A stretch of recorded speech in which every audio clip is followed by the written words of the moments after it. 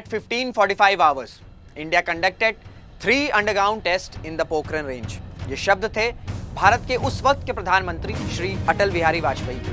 25 साल पहले 11 मई 1998, जब भारत परमाणु शक्ति संपन्न राष्ट्र बना था। भारत का वो फैसला जिसने पूरी दुनिया को हैरत में डाल दिया था। अमेरिका की सख्त निगरानी को भारत के इरादों ने नेस्तो नाबूद कर दिया था। पर भारत का सफर न्यूक्लियर शक्ति बनने का इतना आसान न था। बहुत सी विफलताएं आई, मुश्किलें आई, पर इन सभी चुनौतियों को लड़ते हुए भारत अंततः न्यूक्लियर पावर्ड देश बना। नमस्कार दोस्तों, मेरा नाम है ऋषभ सिंह और आज हम समझेंगे भारत के न्यूक्लियर वेपन्स की जर्नी। इसकी शुरुआत होती है 1962 में, जब चाइना और भारत का युद्ध होता है, जिसमें चीन की जीत होती है। तब से ही भारत में कई लोग न्यूक्लियर टेस्ट कंडक्ट करने की बात करने लगे थे ताकि चाइना की बढ़ती एग्रेशन को रोका जा सके। फिर इसके ठीक 2 साल बाद यानी कि 1964 में चाइना ये डिक्लेयर करता है कि वो एक न्यूक्लियर वेपन स्टेट है। और इसके बाद होमी जहांगीर भाभा, जो कि भाभा एटॉमिक रिसर्च सेंटर के फाउंडर रहे, नेहरू जी को ये समझाने में लग जाते हैं कि अब समय आ गया है कि भारत भी न्यूक्लियर टेस्ट कंडक्ट करे।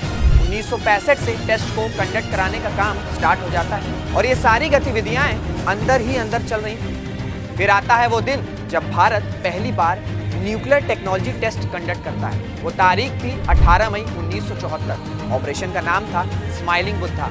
उस वक्त देश की प्रधानमंत्री श्रीमती इंदिरा गांधी थी, पर किन्हीं कारणोंवश ये टेस्ट सक्सेसफुल नहीं हो पाता है। इस टेस्ट के बाद से भारत पे काफी इंटरनेशनल प्रेशर भी पड़ा था और भारत ने जवाब में ये बोला था कि ये टेस्ट वेपन्स को डेवलप करने के लिए नहीं किए गए थे, बल्कि न्यूक्लियर टेक्नोलॉजी को समझने के लिए किए गए थे। इस टेस्ट के दौरान कोई भी बॉम्ब टेस्ट नहीं किए गए थे। हालांकि 1974 में टेस्ट फेल हो जाता है, पर इंटरनली न्यूक्लियर टेस्ट को कैसे सक्सेसफुली कंडक्ट किया जाए इस पे काम चल रहा था। आखिरकार मई 1998 में भारत अपना दूसरा न्यूक्लियर टेस्ट सक्सेसफुली कंडक्ट करता है और जैसे ही ये होता है, भारत के उस वक्त के प्रधानमंत्री श्री अटल बिहारी वाजपेयी जी ऐलान करते हैं कि भारत अब से एक न्यूक्लियर स्टेट है। और इसी भाषण के दौरान अटल जी ये भी कहते हैं कि भारत पूरी तरह से न्यूक्लियर डिसआर्मामेंट के फेवर में भी है। पर ये टेस्ट हमने सिर्फ भारत की सिक्योरिटी के लिए कंडक्ट किए। पोखरण 2 जो भारत को एक न्यूक्लियर वेपन देश बनाता है, इस ऑपरेशन का नाम दिया गया था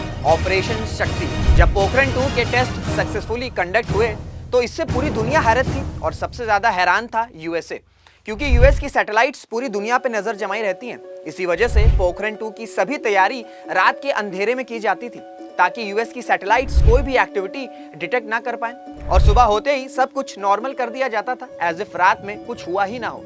पोखरण 2 टेस्ट के दौरान सभी साइंटिस्ट भी आर्मी के ड्रेस में रहते थे ताकि यूएस की सैटेलाइट्स को यही समझ में आए कि ये सब एक आर्मी का कैंप है। तो इसी वजह से यूएस बहुत ज्यादा नाराज हुआ था जब भारत ने अपनी न्यूक्लियर शक्ति का ऐलान किया था, जिस वजह से यूएस और कई वेस्टर्न नेशंस ने भारत पे सैंक्शंस भी लगाए थे। पर ये सभी सैंक्शंस बहुत जल्द ही हटा दिए गए थे, क्योंकि उस वक्त भारत ने अपने एलपीजी रिफॉर्म्स स्टार्ट कर दिए थे और भारत सभी डेवलप देशों के लिए एक अट्रैक्टिव डेस्टिनेशन था टू इन्वेस्ट। और भारत की हमेशा एक सॉफ्ट पावर्ड कंट्री की इमेज रही है, क्योंकि हमने कभी भी अननेसेसरी अपने पावर का गलत इस्तेमाल नहीं किया है। सो इन सभी वजहों से भारत पे वेस्टर्न सैंक्शंस बहुत जल्दी ही हटा दिए गए थे। और फिर 1999 में इंडिया एक प्रॉपर न्यूक्लियर डॉक्ट्रिन के साथ आता है और एक्सप्लिसिटली मेंशन करता है उसमें नो फर्स्ट यूज पॉलिसी। और इस तरीके से भारत का न्यूक्लियर पावर्ड स्टेट बनने का चुनौतियों भरा सफर पूरा होता है। अभी मैंने एक टर्म कहा, नो फर्स्ट यूज पॉलिसी। आइए समझते हैं क्या है भारत की no first use policy. No first use policy यानी कि हम पहले अटैक नहीं करेंगे। हाँ, अगर हम पे अटैक होगा तो हम रिटेलिएशन में अपने न्यूक्लियर वेपन्स को यूज कर सकते हैं। साथ में भारत ने यह भी स्पष्ट किया है कि उन देशों पे कभी भी न्यूक्लियर वेपन्स यूज नहीं किए जाएंगे जिन देशों के पास न्यूक्लियर वेपन्स नहीं है। पर बीते कुछ समय से बहुत से एक्सपर्ट्स का ये कहना है कि भारत को अपनी नो फर्स्ट यूज पॉलिसी को रिविजिट करना चाहिए, क्योंकि भारत के 2 पड़ोसी मुल्कों से अच्छे रिलेशंस नहीं रहे, जो कि चाइना और पाकिस्तान है। हालांकि चाइना ने नो फर्स्ट यूज पॉलिसी को इम्प्लीमेंट किया है, पर चाइना की एक्सपेंशन को देखते हुए चाइना की नो फर्स्ट यूज पॉलिसी पे भरोसा करना थोड़ा मुश्किल है। वहीं अगर पाकिस्तान की बात करें तो वहां तो न्यूक्लियर डॉक्ट्रिन तक ही नहीं है और पाकिस्तान ने कई बार भारत पे न्यूक्लियर वॉर की धमकी दी हुई है। तो इस 2 फ्रंट वॉर को देखते हुए कई एक्सपर्ट्स का मानना है कि अब समय आ गया है कि भारत अपनी नो फर्स्ट यूज पॉलिसी के स्टांस पर विचार करे। अब आपको क्या लगता है, क्या भारत को अपनी नो फर्स्ट यूज पॉलिसी को रिविजिट करना चाहिए? या आपका मानना है कि भारत की एक सॉफ्ट पावर है और इसी वजह से हमें नो फर्स्ट यूज पॉलिसी को रिविजिट नहीं करना चाहिए? अपनी राय कमेंट्स में जरूर बताइएगा। This is Rishabh Singh signing off. जय हिंद, जय भारत।